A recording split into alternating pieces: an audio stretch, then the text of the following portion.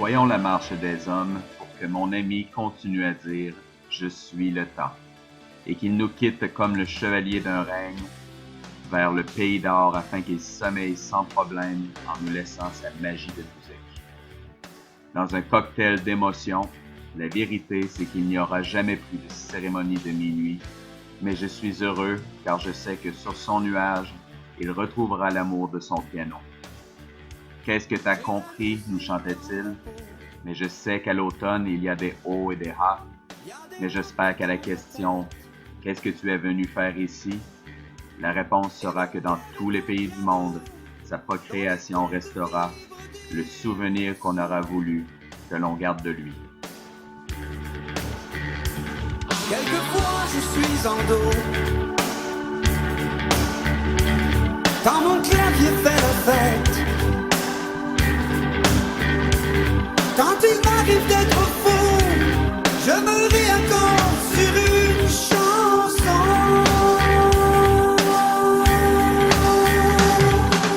La vie est faite de sang. L'amour me donne le temps. Je n'ai pas peur de mourir. Ce n'est seulement qu'un silence sur la portée des souvenirs qui me fait réaliser ma chance. Lorsqu'il me faudra partir dans une autre dimension, je sais que je vais devenir la mélodie d'une chanson.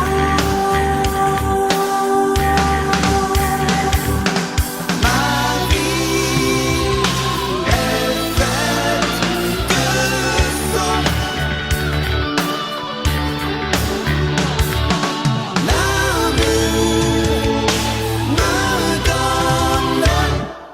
Ça fait déjà un bon bout de temps que je n'avais pas fait d'entrevue, mais quand tu m'as appelé et tu m'as parlé de ça, j'ai dit ça serait le fun parce qu'il y a beaucoup de gens qui m'écrivent sur Facebook ou sur Internet puis qui peuvent me poser des questions. Fait que j'ai dit ça serait peut-être bon de faire une entrevue pour éclaircir les points que je sais qu'il y a des gens qui, même tantôt, j'ai quelqu'un qui m'a écrit juste avant de m'en venir à Londres puis qui me disait que ça pourrait être une gang à écouter l'émission de ce soir, puis même sur Facebook aussi, des réactions que les gens disaient oui, ça va être bon, on va écouter ça à ce soir. C'est que je pense que les gens sont très, très contents d'avoir de tes nouvelles et de savoir, là, reparler, vivre un petit peu de cette période-là, là, qui a été très, très marquante, là. Je voulais juste savoir, au départ, les origines de Morse Code. Ça vient de où? Ça part de où? Puis c'est qui a comme partie d'idée de Morse Code à l'époque? À l'époque, Morse Code, c'était fondé par Michel Vallée puis Raymond Rouet.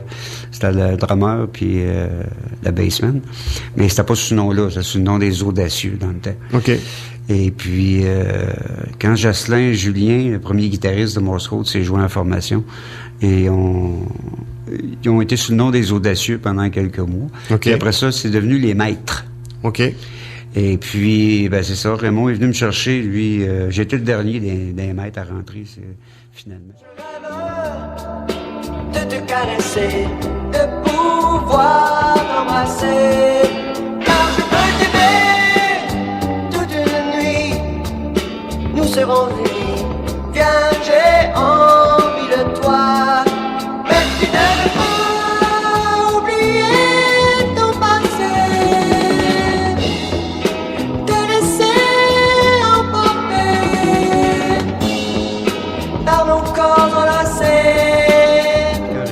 Roy est venu me chercher en 68, je crois. Ouais, c'est ça. Ma mémoire, il n'y a pas de on vieillit un peu, c'est normal. Mais en 68, en juin 68, j'ai commencé à faire la tournée des clubs avec les maîtres, okay. Avec Michel Vallée, Raymond Roy, Jocelyn, Julien, puis c'est ça. À ce moment-là, c'était des pièces hommages que vous faisiez, ou un peu de vos compositions? À ce moment-là, non, il n'y avait pas de composition à ce moment-là. On faisait du club, hein. C'était de la musique de danse. On faisait danser le monde, du social un peu. OK. Et puis, c'était la méthode la plus facile pour, à ce moment-là, gagner sa vie. Mais on pensait pas que ça te donner les résultats que ça a donné finalement. C'est avec le temps. Moi, par contre, l'expérience que j'avais eue pour le matériel original, pour la musique progressive et tout ça, ça a parti en 1965. OK. Avec un groupe que, je sais pas, peut-être plusieurs vont se souvenir de ça, le groupe qui s'appelait les Van Zel.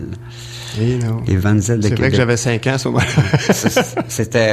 C'était très original dans le temps, c'était progressif, c'était rien des compositions, on faisait rien que notre matériel à nous autres. OK, puis est-ce qu'il y a eu quelque chose d'enregistré avec ça? Non, il n'y a rien eu qui est enregistré avec ça, malheureusement. À cette époque-là, je pense qu'il est encore il a enregistré encore directement sa cire. C'est tellement vieux. OK, puis par la suite, après avoir fait les maîtres, ou ce que vous avez donné des clubs? Après les Van Zel, moi j'ai fait une couple de petits groupes dans la Cannes, à Québec. On faisait les clubs d'embauche, un petit peu partout.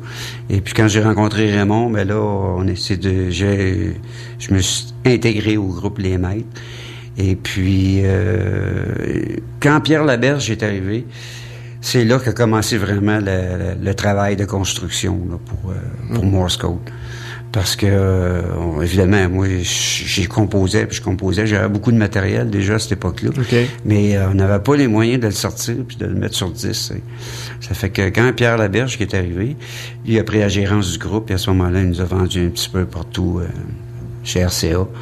Et puis, on a commencé à faire des 45 tours sous le nom des Maîtres, d'ailleurs. Okay. En 69, il y a eu 3 45 tours qui ont été faits sous le nom des Maîtres.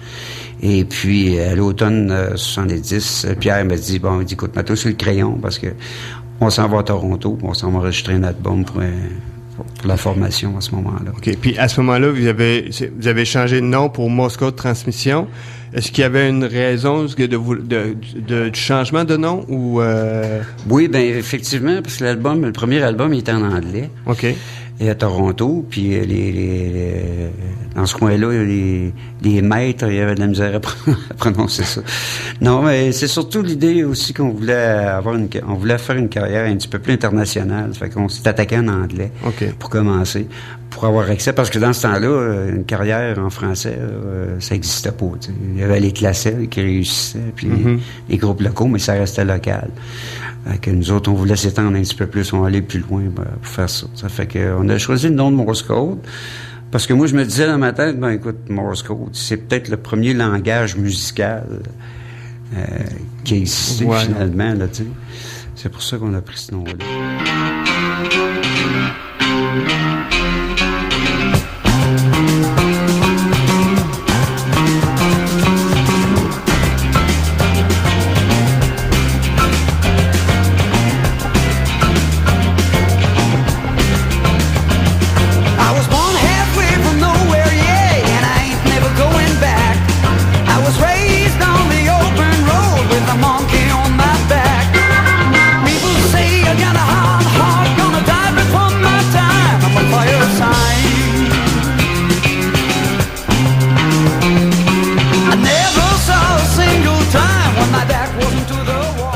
Vous avez signé sur RCA, vous avez fait 2 albums avec eux autres.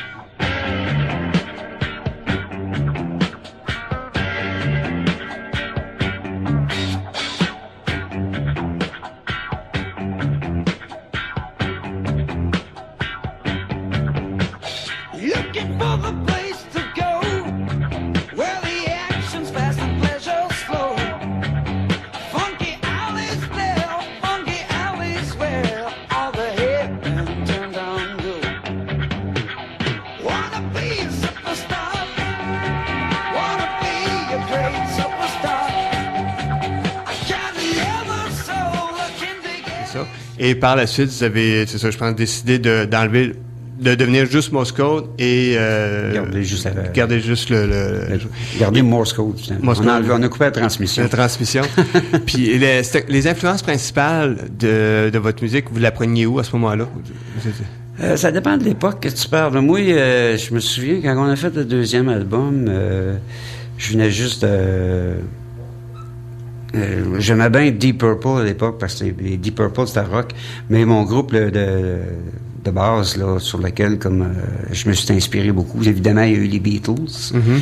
Mais dans le progressif, quand j'ai commencé à pencher un petit peu de ce côté-là, c'était King Crimson, qui était mon groupe préféré à ce moment-là. Et je trouvais que King Crimson élaborait beaucoup bien leur musique, et puis ça avait une couleur qui était plus originale, plus personnelle, puis... il y a eu Yes, il y a eu Genesis au début. Mais c'est ça, c'était beaucoup influencé des groupes qui venaient d'Angleterre, de cette époque-là, l'influence de... Oui. Puis le premier album qui est paru en 1975 sur EMI, hein, c'est ça? C'est le premier album sous le nom de Moscow, naturellement, là, qui s'appelait La Marche des Hommes. Oui. Juste me parler un petit peu de cet album-là. La Marche des Hommes, ça faisait déjà un petit bout de temps que je travaillais dessus. Depuis peut-être 1972, 1973, j'ai commencé à travailler dessus. Il est en anglais, c'est en anglais, évidemment, parce que à ce moment-là, on faisait une carrière anglaise. Mais quand on l'a traduit en français, je me suis inspiré beaucoup des groupes comme Genesis. Il y a beaucoup de rythmes que les gens peuvent retrouver, qu'ils vont retrouver dans Genesis, puis dans Yes, puis dans King Crimson. À cette époque-là, à ce moment-là. Et après ça, là, quand ils ont signé avec EMI, ils ont décidé d'accepter, mais à condition qu'il fallait qu'on rajoute une pièce disco. Oui, ça au-dessus, ça c'est on dirait qu'à chaque album, justement, vous avez été obligé de mettre toujours une pièce plus commerciale, style disco, pour faire vendre l'album, je sais pas, Exactement, ça faisait partie de l'entente qu'on avait avec EMI, parce qu'à ce moment-là, le disco rentrait en force, et c'était partout. D'ailleurs, tous les clubs qu'on faisait en province, les gars, ils transformaient ça en discothèque, fait que ça coûtait beaucoup moins cher. T'sais. OK, ouais, c'est ça, ouais. Le travail a tombé beaucoup, là. On travaillait beaucoup moins à partir de ce moment-là. Mais ça fait rien quand même. On a fait la tournée des cégeps puis des polyvalentes à ce moment-là. Puis ça a bien marché à cette époque.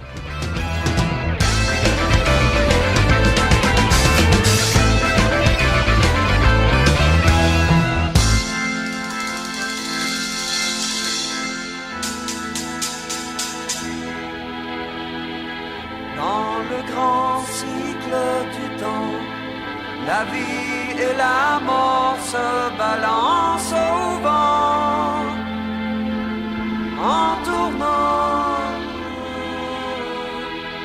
Malbrook revient de guerre, il est vieux, il ne chante plus comme avant. Il y a longtemps, les enfants de la terre se refuseront à marcher dans le sang comme les grands.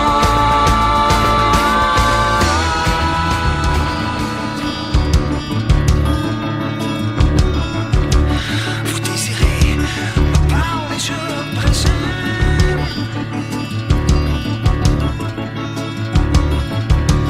Vous avez l'impression qu'on se connaît déjà.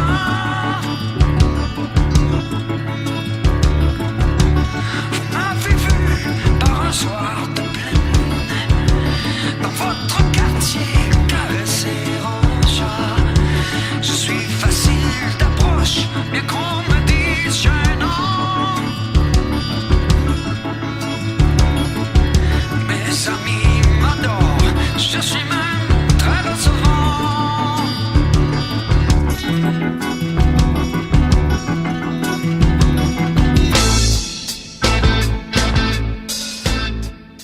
Procréation, qui est un album concept, je pense, plus en général, je veux dire, d'où est venue l'idée? Moi, c'est sûr qu'au départ, je travaillais beaucoup en anglais. J'ai toujours travaillé en anglais, je sais pas pourquoi. C'est plus facile, peut-être, de s'exprimer, mais je composais beaucoup en anglais.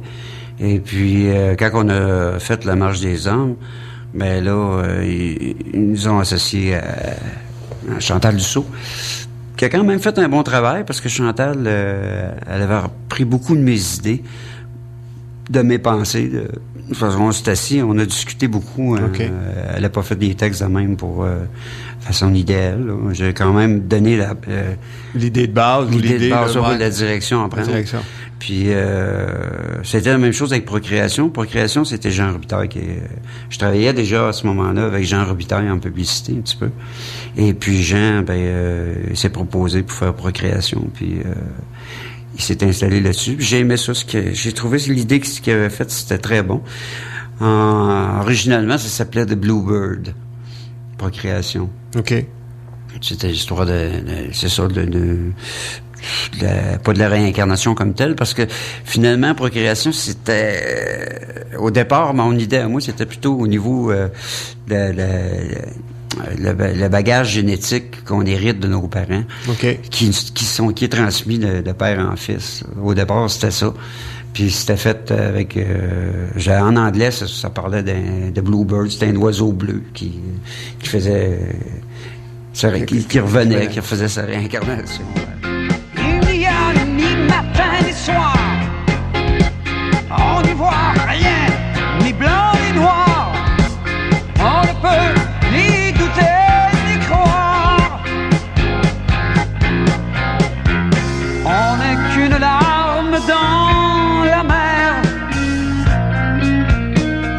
qu'un microbe dans la poussière.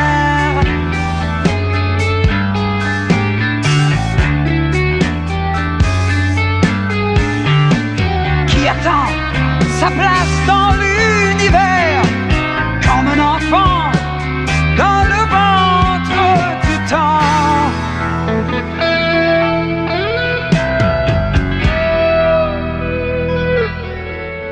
La pièce titre, Procréation elle-même, a été faite en trois parties. Ça m'a pris à peu près 3 ans à faire ça. 3 ans? Oh, oui, 3 ans de travail.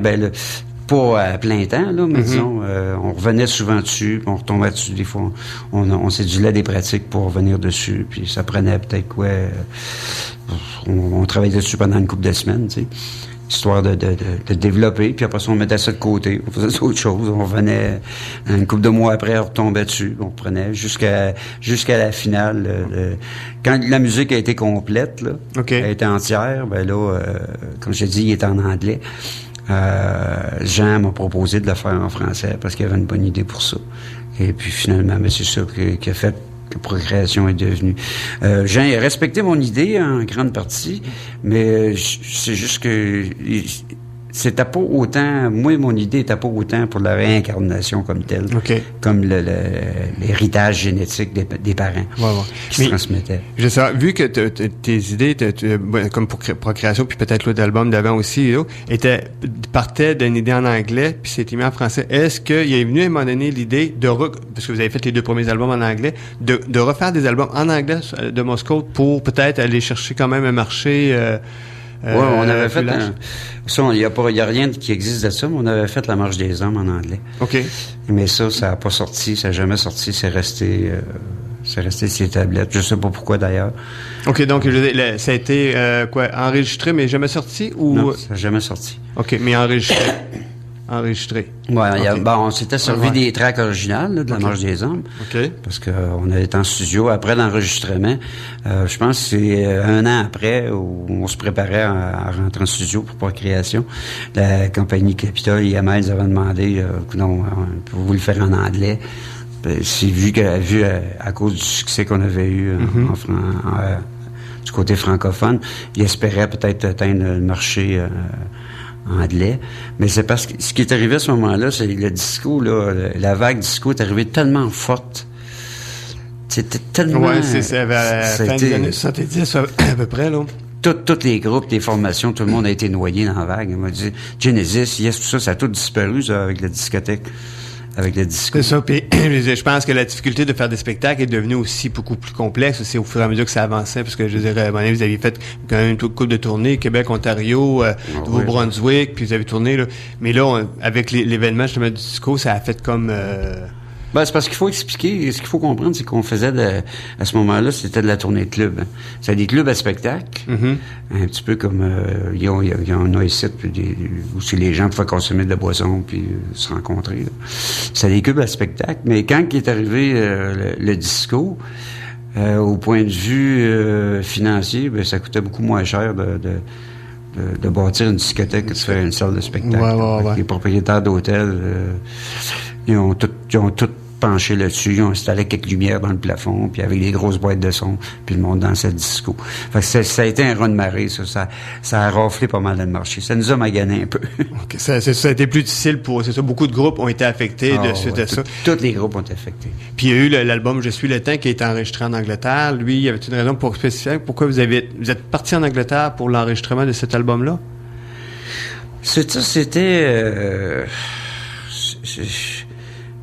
Nous autres, on nous a dit que c'était un cadeau que Yamaha voulait nous faire. Il voulait nous envoyer enregistrer en Angleterre pour l'expérience, puis tout ça, puis le son.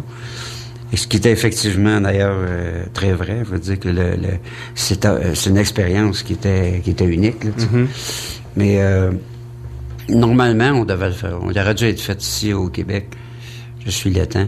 Mais quand ils m'ont appelé, moi, pour dire, bon, écoutez, vous en allez en Angleterre à partir de telle date, je sais pas, c'était 31 juillet, je pense, quelque chose de même.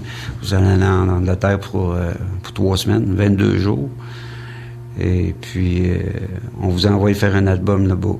Ça fait que 22 jours, c'était vite un peu, là, mais... C'est ça, c'est pas le temps de visiter ben, hein? Ça doit juste le studio, puis c'est ça, là. Ben, on a été juste, je pense que c'est 16 jours en studio. OK. À Rockfield. On remplaçait justement, où on était juste en avant de Rush. Rush, ils sont arrivés à la fin de notre production pour faire leur album. J'avais pas de matériel, j'avais rien de prêt. On est parti de site, on avait 2 tonnes. J'ai tout composé là-bas. OK. Tout composé dans la première semaine.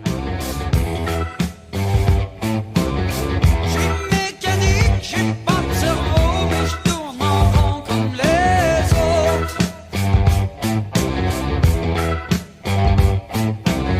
Je suis sympathique, tu tapes pas trop, mais on me regarde comme il faut.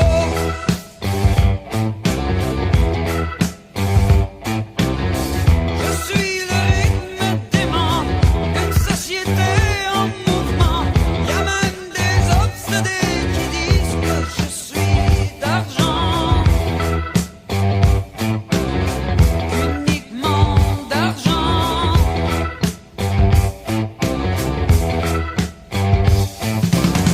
Se les bonheur pour bien commencer, car quelques heures ça peut nous rapporter.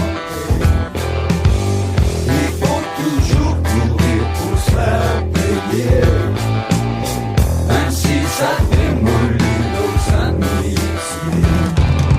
Je suis le temps, je suis le temps. Au fil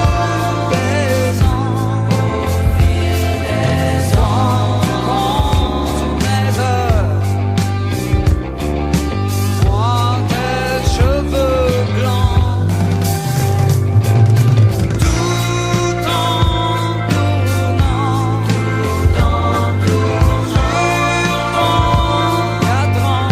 sur ton cadran, attendrai le jour où tu seras mourant. Je suis comme la musique, je donne le tempo des ans.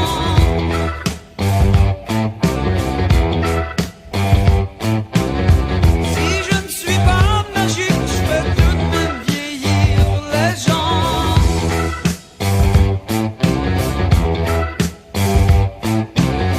Je tourne sur moi-même, indiquant les semaines, les heures et les secondes qu'il me reste sur ton temps.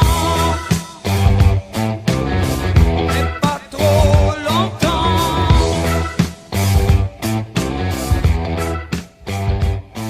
78, je me souviens, la dernière tournée qu'on a faite en 78, on avait déboursé pour faire la tournée.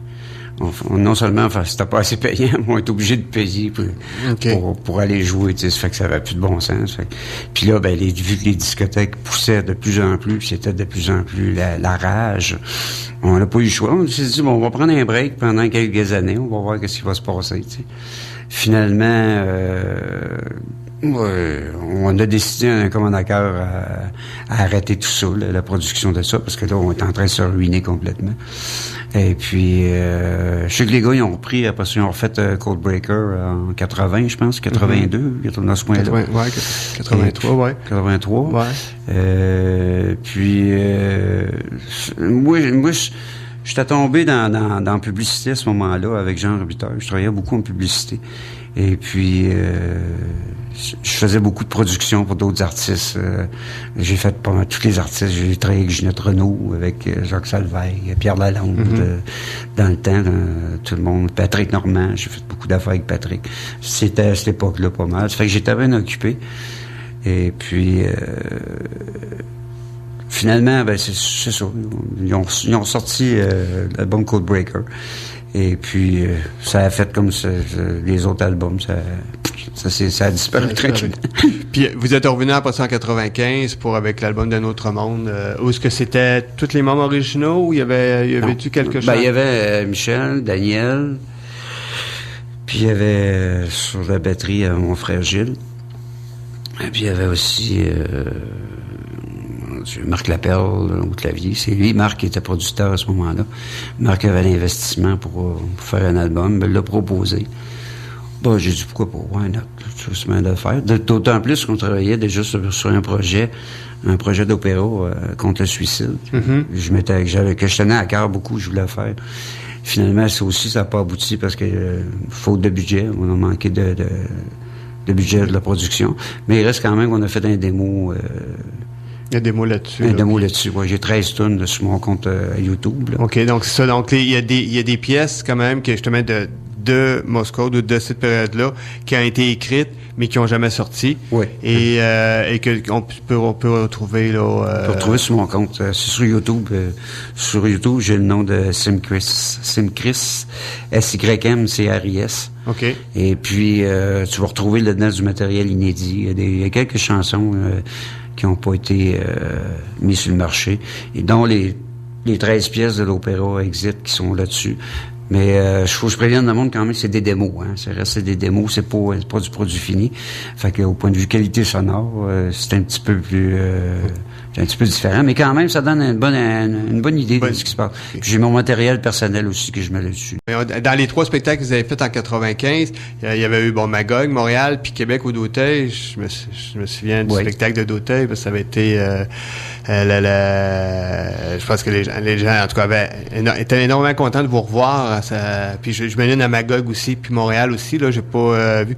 Mais est-ce que ça a été voulu, juste 3 spectacles, puis on arrêtait après, ou c'était quoi? C'était quelque chose d'une petite tournée bien rapide, juste pour... Ouais, c'est ça, c'était une tournée dans le cadre c'était un festival de rétro. C'était dans le cadre d'un festival rétro. Pour se rappeler, c'est des années 70. Et puis, on nous avait proposé ces 3 villes-là. OK. Puis, évidemment, c'était pas payant. Fait que, moi, ça me dérange pas ça. On me fait plaisir d'en monter ces planches. Ça avait bien été, ça avait très bien marché. Magog, ça avait été un petit peu plus tranquille. Montréal, ça avait été plein. Québec, ça avait été plein aussi. Mais ça avait bien marché, ce show-là. Sauf que, évidemment, c'est pas... tu sais, quand t'as beaucoup d'argent pour faire une production, tu peux faire beaucoup d'affaires. T'sais. On n'avait pas d'éclairagistes. L'utilitaire alentour du show était quand même très très de base. Ça fait que ça a donné les résultats qu'on a eus, mais ça a quand même bien marché. Le monde avait aimé ça.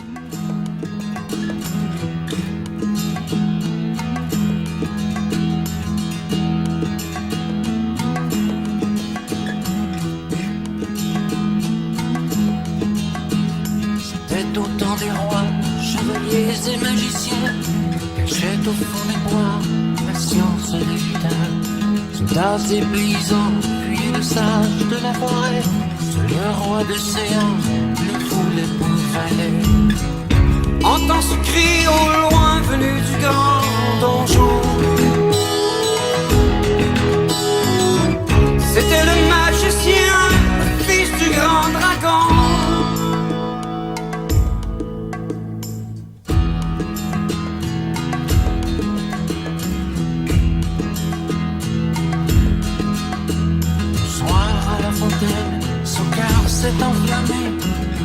vient de la pucelle, il reste une envoûtée, aveuglé par la belle, mais va y changer son secret éternel contre sa virginité.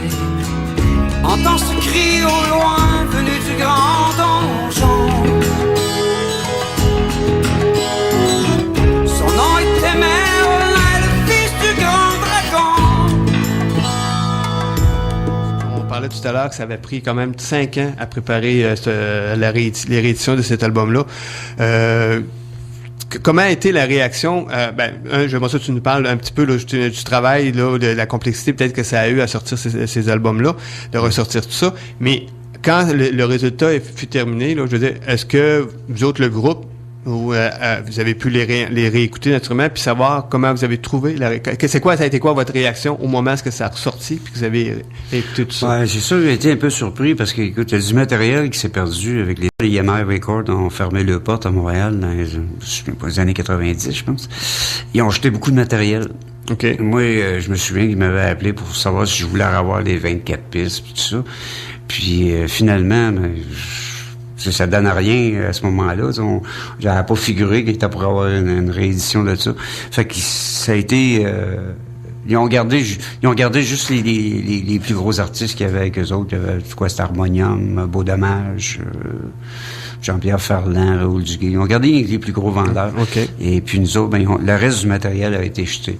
Ça fait que quand on a fait la réédition des 3 albums, moi j'avais les masters, des copies de masters, 7,5 dans ce temps-là. C'était des copies de Je suis le temps, puis Procréation. Okay. Et La Marche des Hommes, il y avait eu une compilation qui avait été faite sur CD. Une première compilation, ça fait qu'il y avait peut-être je pense qu'il y avait 5 ou 6 chansons de La Marche des Hommes. Et puis il y a eu 2 ou 3 chansons qui ont été prises à partir du vinyle à ce moment-là, okay, qui ont été nettoyées puis qui ont été bien arrangées. J'ai été quand même assez bien surpris du résultat parce que ça sonne vraiment, c'est vraiment fidèle au son de l'époque. Puis ils ont fait un très bon travail là-dessus, l'équipe qui ont travaillé sur ça. Parce que c'est ça, puis c'était un travail de tu disais, de 4-5 ans certains, les textes, vous aurez cherché les informations. Ça a été long aussi. Ben, c'est parce que ce qui a été le plus long, finalement, c'était d'essayer de retrouver les droits de tout ça. Ouais, c'est ça. Parce ça avait été perdu. Là, il y avait été une partie des droits qui était en Angleterre. Après ça, une autre partie des droits, il a fallu qu'on cherche dans le bout aux États-Unis, à New York, dans ce coin-là. Et puis, ça a été compliqué d'avoir la permission, finalement, de pouvoir remettre le matériel sur le marché. Okay. Puis, finalement, on a eu un accord de EMI en Angleterre qui nous ont autorisé à réutiliser le matériel puis à le mettre sur le marché, à libérer les droits. C'est ça. Pour ces puis, dans les autres musiciens qui ont fait partie de Moscou à l'époque, aujourd'hui, est-ce qu'ils font encore de la musique comme toi? Tu fais encore de la musique un peu? Tu me disais, bon... moi, j'en fais beaucoup. J'ai eu une période difficile. C'est sûr que en vieillissant, avec la vie, puis c'est des métiers qui sont difficiles, qui nous amènent à faire des abus souvent. J'ai passé une période difficile dans la soixantaine, assez rough. Mais je me suis rétabli tranquillement. Et puis là, je suis en train de me préparer. J'ai peut-être l'idée de remonter un petit spectacle avec des musiciens. Peut-être pas le band Moscou. Ouais. Parce que les gars, ils sont un petit peu partout. Ils se promènent un peu partout. Okay. Je sais que Daniel et Michel, ils font encore des bateaux de croisière. Ils ont commencé ça. Je pense que Michel a parti ça au début des années 2000. Okay. Et puis, c'est ça, ils vivent de ça. Moi, je l'ai fait un petit bout de temps, mais je sais pas, c'était pas vraiment moi. Puis quand j'étais opéré, l'opération pour le cœur, là, à ce moment-là, c'est difficile c'est ça, de reprendre du repos, puis de repartir graduellement. Puis c'est ça. Fait que je me suis installé chez moi, dans mon petit studio, dans ma chambre, puis je monte du matériel, je fais des démos. Et puis, c'est ça. J'essaie de retrouver un peu l'atmosphère de cette époque-là. De cette époque-là, OK. Puis, donc, tu parlais que tu aimerais ça peut-être refaire retrouver un groupe, puis refaire des spectacles, donc repartir, refaire quelque chose. J'ai pas de projet précis là-dessus encore, là, mais depuis quelque temps, là, quand la santé revient, fait que je commence à filer beaucoup mieux. Fait que ça me tente beaucoup de retourner. Je m'ennuie des planches, c'est ça. Ouais, c'est ça, ouais. Je m'ennuie de la scène, puis j'aimerais ça en faire un petit peu. Peut-être pas des gros spectacles, là, comme avant, là, mais... Mais juste de refaire quelque chose, juste de reprendre contact avec le public. C'est ça, reprendre contact, puis, je veux dire, leur remémorer aussi ces événements-là. Peut-être un spectacle qui raconterait un peu l'histoire.